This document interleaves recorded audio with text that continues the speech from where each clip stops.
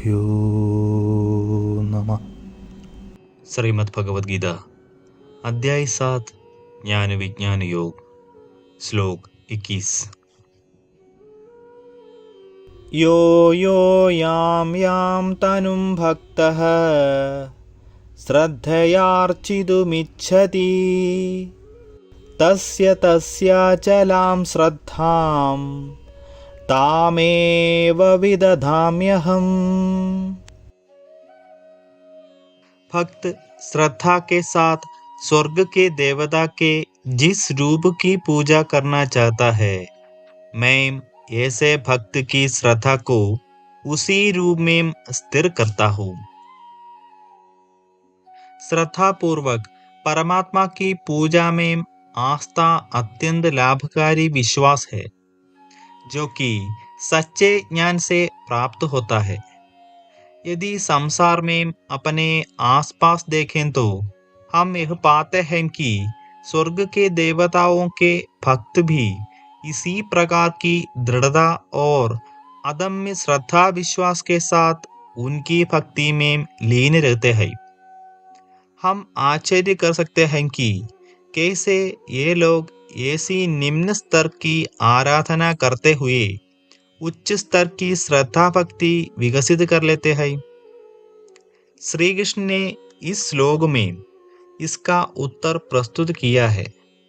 वे कहते हैं कि वे ही देवताओं के प्रति श्रद्धा उत्पन्न करते हैं जब वे लोगों को अपनी लौकिक कामनाओं की पूर्ति हेतु देवताओं की पूजा करते हुए देखते हैं, तब वे उनके विश्वास को दृढ़ कर उनकी श्रद्धा बढ़ाने में सहायता करते हैं। स्वर्ग के देवताओं में अपने भक्तों में श्रद्धा उत्पन्न करने की सामर्थ्य नहीं होती। यह भीतर निवास करने वाला परमात्मा ही उनमें श्रद्धा उत्पन्न करते हैं। जैसा कि भगवान श्री कृष्ण ने अध्याय 15 की 15वें श्लोक में कहा है, मैं सभी प्राणियों के हृदय में बैठा हूँ। स्मृति, ज्ञान और बुद्धि मुझसे ही प्राप्त होती है। अब कोई पूछ सकता है कि परमात्मा देवताओं के प्रति श्रद्धा क्यों उत्पन्न करते हैं, जबकि ऐसी श्रद्धा अनुपयुक्त रूप से की जाती है। जब जीवात्माएं सांसारिक सुखों की कामना से देवताओं की आराधना करती है, तब भगवान उनके विश्वास को इस आशा के साथ दृढ़ करते हैं कि ये सब अनुभव आत्मा के उत्थान में सहायता करेंगे। तब एक दिन आत्मा भगवान की शरण में आकर उन्हें ही सबका परमार्थ करने वाला समझने लगेगी। श्लोक 22। सतया श्रद्धया युक्तः तस्याराधनमीहते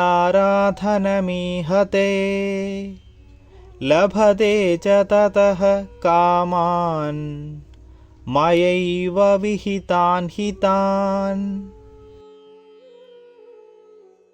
श्रद्धायुक्त होकर ऐसे भक्त विशेष देवता की पूजा करते हैं और अपनी वांछित वस्तुएं प्राप्त करते हैं, किंतु वास्तव में ये सब लाभ मेरे द्वारा ही प्रदान किए जाते हैं।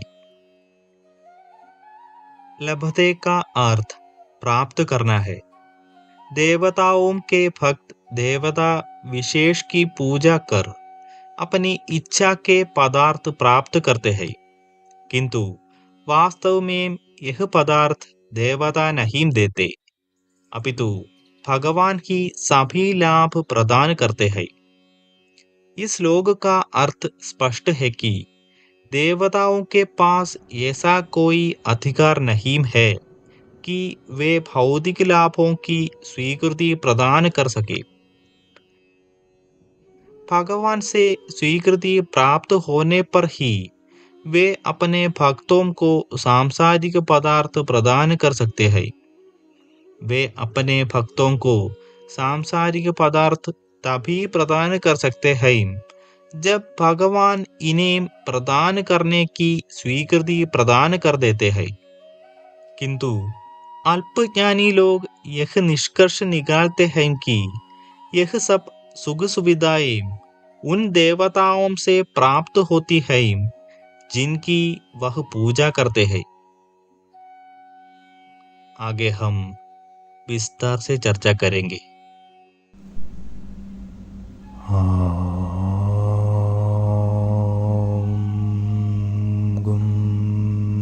गुरुभ्यो